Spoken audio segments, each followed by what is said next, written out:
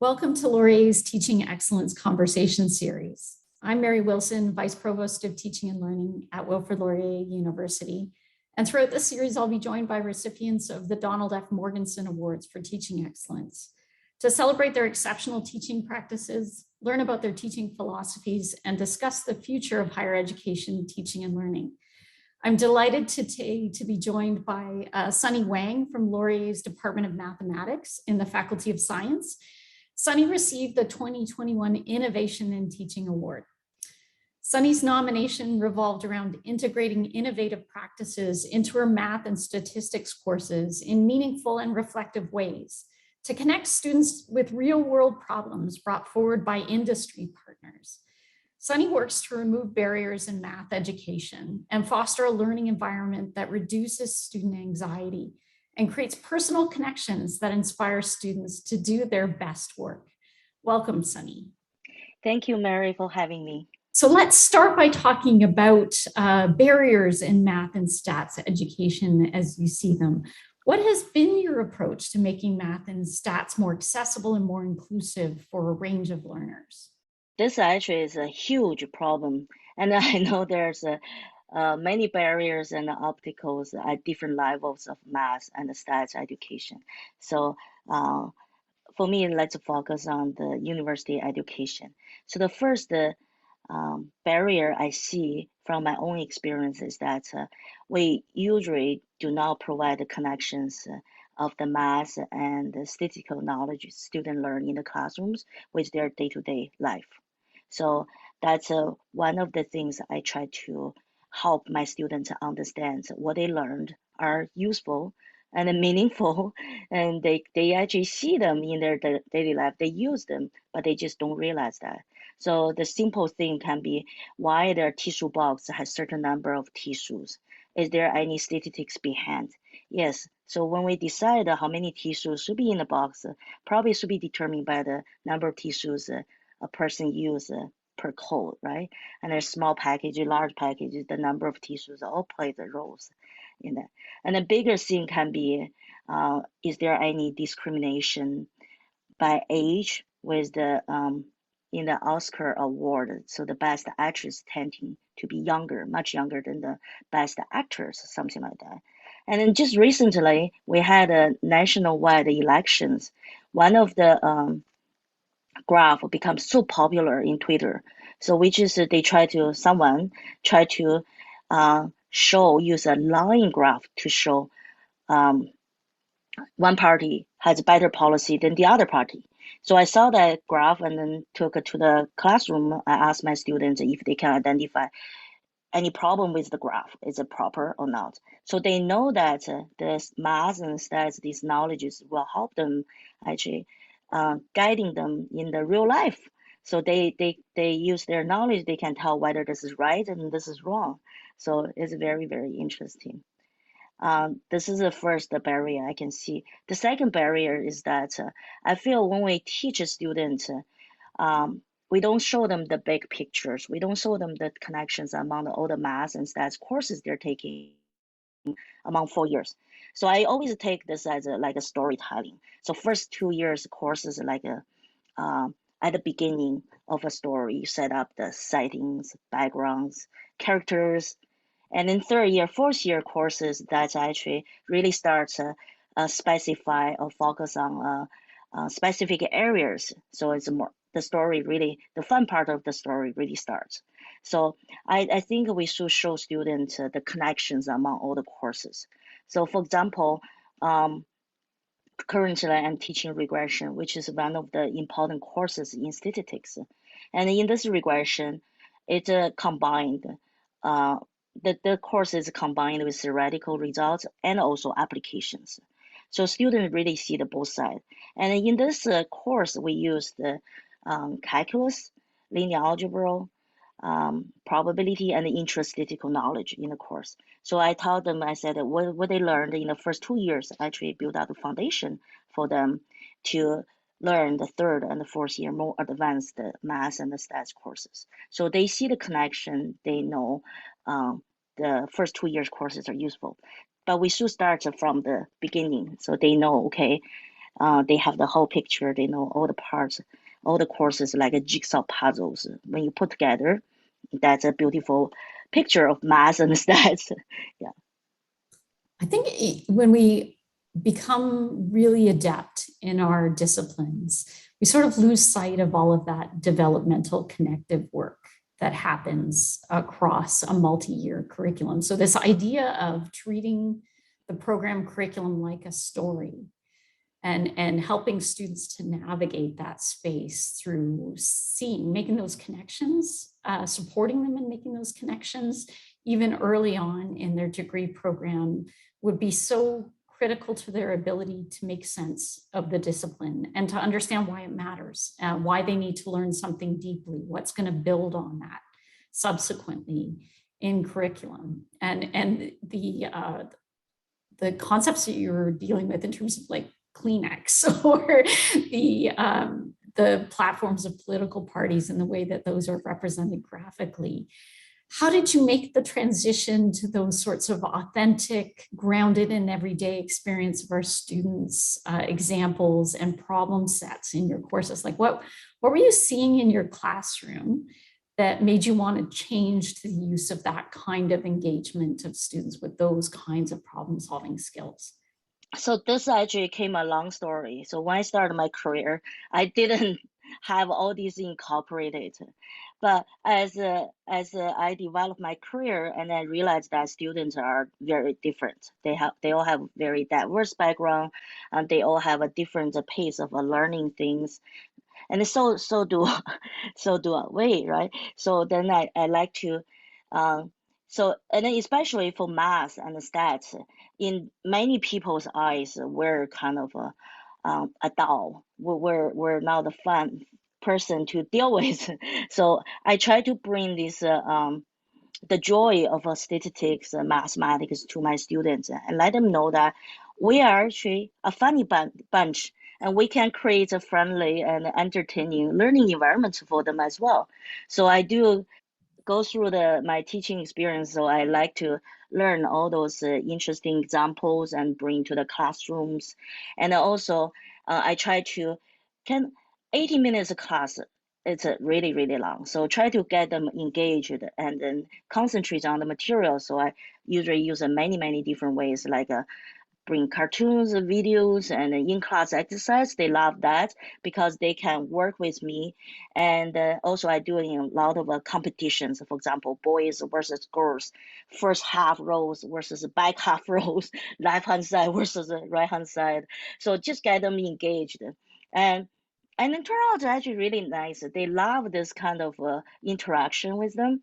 So that's why last year I really miss this interaction with my students, miss the in-person teaching. Yeah.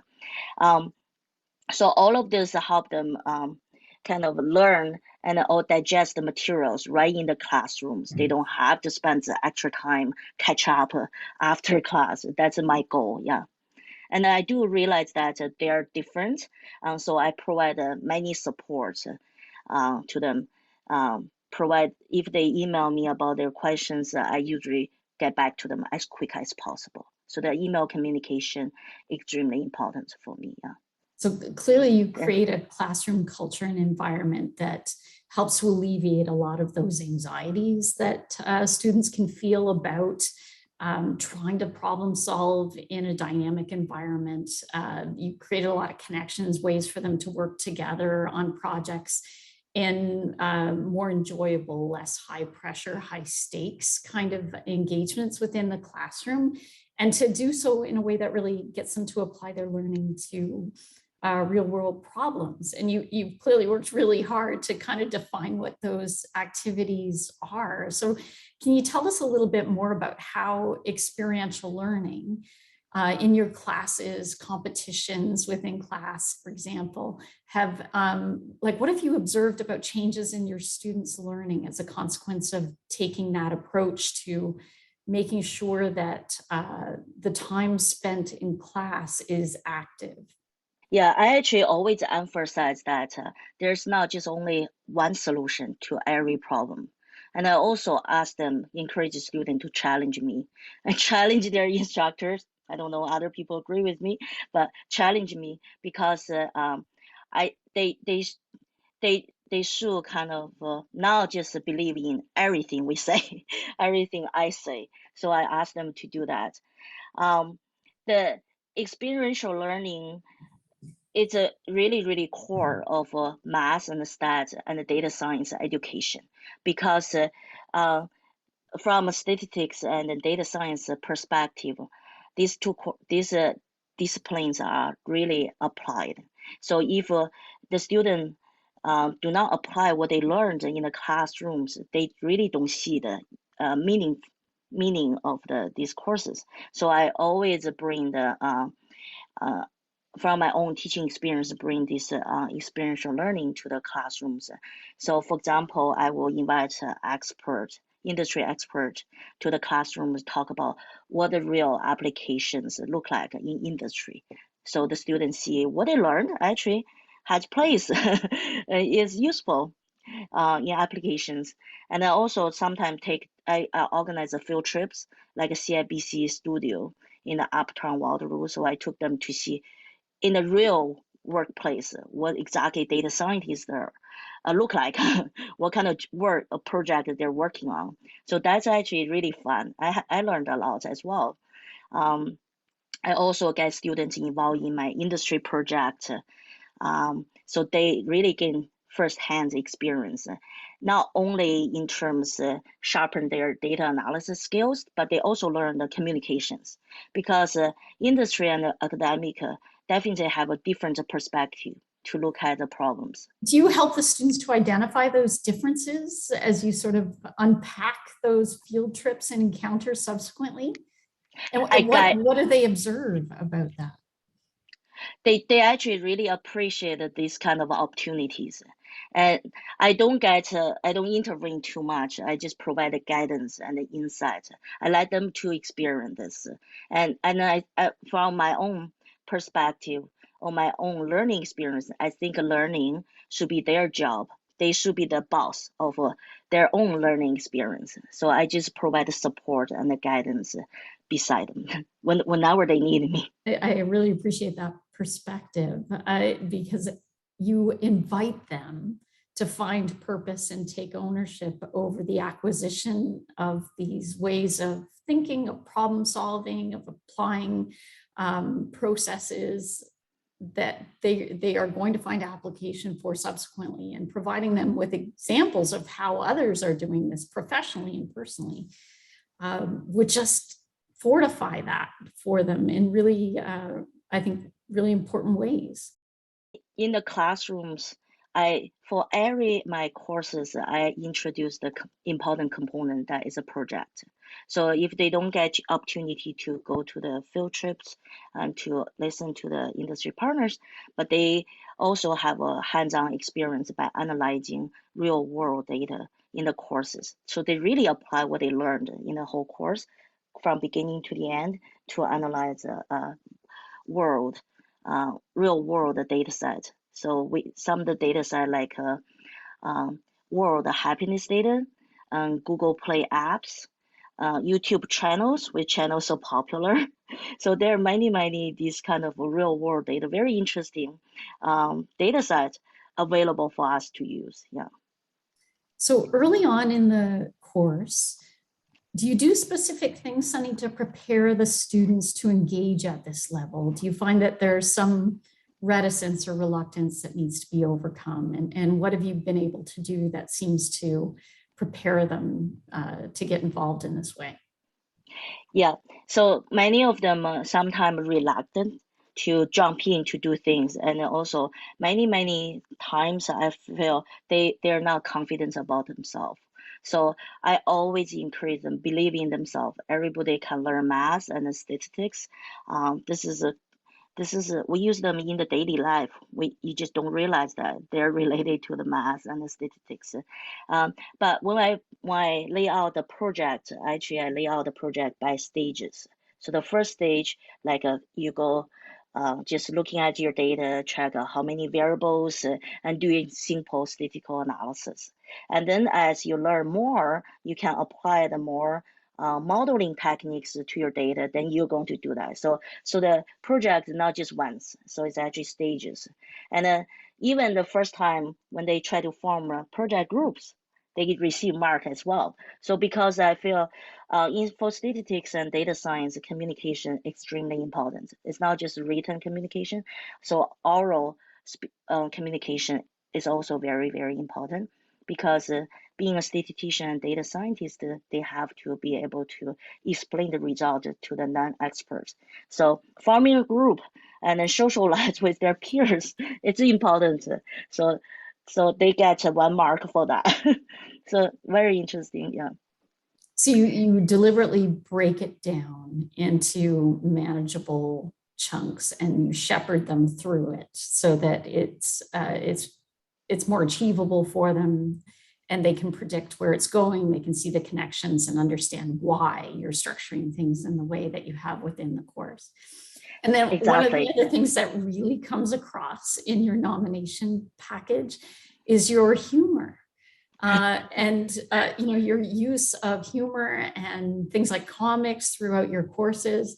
Can you talk about the effect that humor has in your classroom? I'm sure it's just very much a part of who you are as well. But when you think about that as a pedagogical tool that you use within your courses, can you talk about how it helps you to engage with your students? Yeah, so before I say the effects, I should tell you the little bit of long story. So Okay. when I started teaching at Laurier 5 years ago, so I took over a course called Statistical Method for Life and Health Sciences.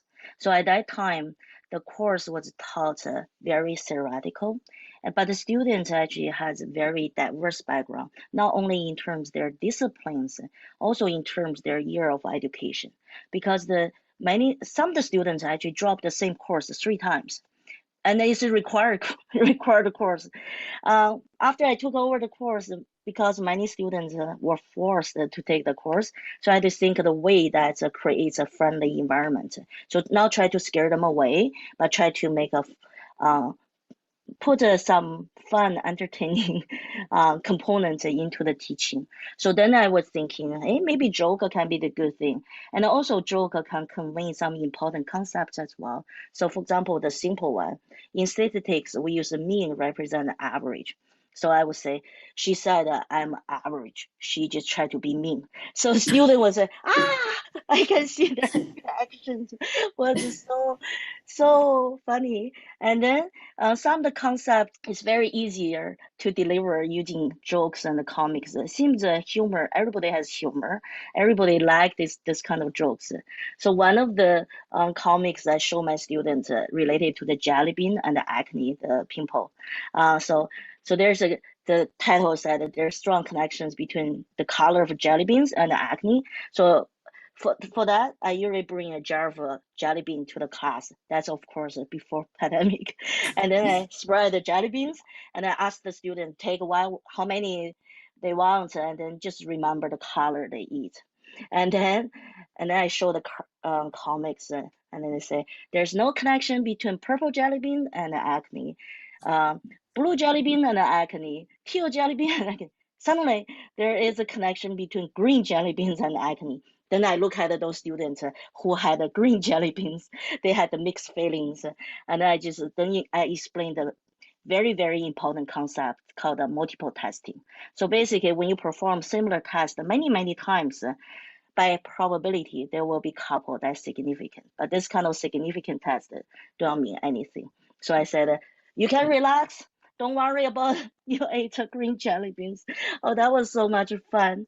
And so I feel the students actually accepted this kind of jokes very easily. And of course, some jokes may not be that funny, so they may not laugh. Yeah. But like, what a compelling example for them to anchor that concept to, because otherwise it would, I'm an English major and then an education major. So it would have felt very dry otherwise and less compelling as an important concept. So I think that's a brilliant example of how like a humorous a take on a core concept is both memorable, engaging, and reframing of that theoretical concept in a really important way. So I love that example in that story. And I will freely admit as well, actually my undergraduate degree is combined honors in psychology and English, and statistics was of course then a required undergraduate course. And I did take that twice. And it's one of my greatest points of pride that I managed to successfully complete that undergraduate statistics course with my second go at it. And it would have been very helpful to have an instructor who was taking a similar approach in that first round, because certainly the second instructor was very similar to you in trying to reassure students, give them confidence, give them multiple ways to access the methods and theories and concepts, and to allow lots of opportunity for active engagement, practice, and learning and feedback dynamically throughout the semester. Made all the difference in the world. So it's so exciting to hear that you're doing that kind of instruction and that you seem to have really cultivated it to a high degree. Sunny, it's amazing. So that, there's a lot of discussion right now at Laurier about the future of learning and the future of work. When you think about all that you've accomplished and learned as an educator, what do you hope the future of teaching will look like? What do you think it's going to look like? I feel through the pandemic, I really see that how important technology plays a role in our education. And we learned a lot from teaching during the pandemic, and we're going to keep the best practice for the future teaching as well. And I definitely see that as the technology are developed so quickly, so people need to consistently refresh themselves or update their skills. And then also probably the industry require the employees to gain new skills very often and have new trainings as often as often as possible. So I think for the future teaching, for us being an educator and an instructor, we also need to update ourselves and learn the new frontier or more advanced technologies and skills as quick as possible. And we should be quicker than the students because we have to pass on those to our students. So I definitely experienced this during the pandemics. So I had to learn quickly about many open sources and the platforms, cloud computing, all those tools are actually available for us to enhance our teachings. So if we master those tools really well, then we can make the teachings really different. Yeah. So currently, when I teach regression course, I actually doing hybrid. So I use Zoom for those students who cannot participate in in-person lectures, and then also the students can watch the lectures in person in the classrooms. So and turn out to work out really well, and the students really enjoy it. So I enjoy it too. I just hope the students still can feel my humor and enjoy my jokes when they were online. Yeah. Yeah, I think it absolutely reaches through the technology, Sunny. And I love that idea of exploring the use of e-learning technologies as one of the ways in which we can like delve into avenues of development as educators. And that's part of, I think, what is brilliant about teaching as a craft and as a profession, a career, is that there is so much room for exploration to refresh and keep ourselves engaged in our practice. And it can be really exciting, particularly when we do it in the company of colleagues who have that enthusiasm and curiosity about teaching practice as well. And in terms of what you're doing with the hybrid approach, it makes such a difference for our students who have accessible learning needs to be able to access materials in that way sustainably. I love that you're taking advantage of open technologies. And also for students who are struggling with particular concepts, the ability to go back and reconsider a component of the lecture so that they can ground themselves in that a little bit better. That's so significant as a resource to our students as well. So I think it's really admirable, the approaches that you're taking with the use of technology. And if I could give you a gift, if I had a magic wand, it would be to grant additional time to just kind of reflect on what's worked and what you want to pursue further, what you want to hold on to in your courses in the future. And also just to know that you have lots of colleagues and supports across the university who will be happy to join you on that journey of exploration and adaptation and adoption of open resources, tools, and technologies to help you in your courses. This has been such an enjoyable and brilliant conversation. I really want to thank Sunny for joining me today. And I also want to thank the viewing audience for joining us to celebrate teaching excellence and student success.